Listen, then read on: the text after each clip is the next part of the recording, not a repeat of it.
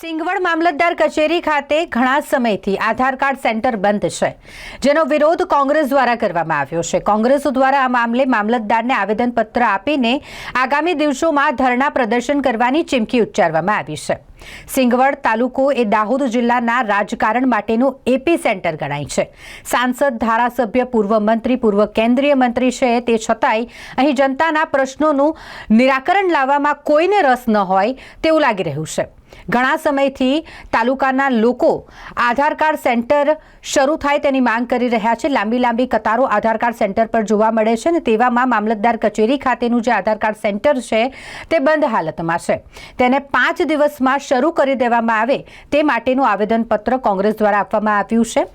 સિંગવડ તાલુકા કોંગ્રેસ સમિતિ કાર્યકારી પ્રમુખના નેતૃત્વમાં કોંગ્રેસ કાર્યકર્તાઓ મામલતદાર કચેરી ખાતે પહોંચ્યા હતા। આવેદનપત્ર આપીને આગામી 5 દિવસમાં આધાર કાર્ડ સેન્ટર શરૂ કરવામાં આવે, નહીં તો 6ઠા દિવસે તેઓ ધરણા પર બેસશે તેવી ચીમકી ઉચ્ચારી છે। સિંગવડ તાલુકા પંચાયત કચેરી ખાતે આધાર કાર્ડ સેન્ટરની મુલાકાતે આજે આવ્યા છે। હમણાં જ મામલતદાર શ્રીને એક આવેદનપત્ર આપીને રજૂઆત કરી છે કે સિંગવડ તાલુકામાં ફક્ત અને ફક્ત એક જ કીટ આધાર કાર્ડની ચાલી રહી છે, જેને કારણે આપ જોઈ શકો છો અહીંયા કેટલી બધી સંખ્યામાં યુવાઓ છે, વૃદ્ધો છે, બાળકો છે, આ સ્કોલરશિપ વાળા વિદ્યાર્થીઓ પણ છે। એટલે એક જ આધાર કાર્ડ સેન્ટર ચાલતું હોવાને કારણે ખૂબ જ ભીડ થાય છે। અહીંયાના કર્મચારીઓને પણ ઘણી તકલીફ પડી રહી છે, કારણ કે એક જ આધાર કાર્ડ સેન્ટર હોવાને કારણે અતિશય મોટી સંખ્યામાં લોકો અહીંયા સવારથી લઈને સાંજ સુધી લાઈનોમાં લાગે છે। એટલે મામલતદાર શ્રીને પણ આજે રજૂઆત જે રીતે અમે કરી છે કે મામલતદાર કચેરી ખાતે પણ આધાર કાર્ડ સેન્ટર જલ્દી ચાલુ કરવામાં આવે, જેથી કરીને આ નાના બાળકો જો આધાર કાર્ડ માટે અહીંયા અત્યારે હેરાન થઈ રહ્યા છે, વડીલો, વૃદ્ધો, આ મહિલાઓ, માતા બહેનો પણ તમે જોઈ શકો છો ખૂબ મોટી સંખ્યામાં આજે અહીંયા ઉપસ્થિત છે।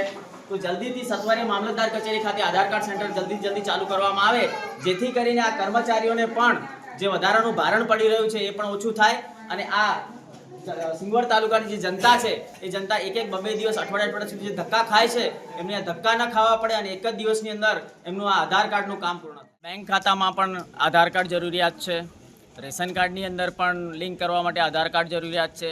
આજે સરકારી કામની અંદર દરેક જગ્યાએ આધાર કાર્ડની જરૂરિયાત પડતી હોય છે, જ્યારે સિંગવડ મામલતદાર કચેરી ખાતે આધાર કાર્ડ સેન્ટર લગભગ છેલ્લા 1 વર્ષથી બંધ છે।